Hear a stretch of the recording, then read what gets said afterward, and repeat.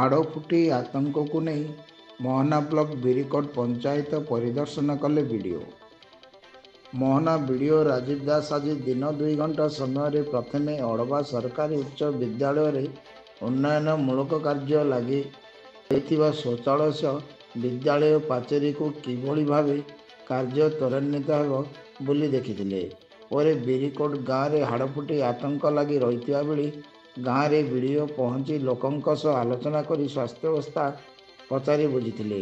ତା ସହ ପଞ୍ଚାୟତରେ ସ୍ୱଚ୍ଛତା ରଖିବା ପାଇଁ ଲୋକଙ୍କୁ ବୁଝାଇଥିଲେ। ପରେ ଚାଷ କରିଥିବା ଚାଷୀ କିଭଳି ଭାବେ ଫସଲ ଅମଳ ହୋଇଛି ତାହା ମଧ୍ୟ ଚାଷୀଙ୍କ ସହ ଆଲୋଚନା କରିଥିଲେ।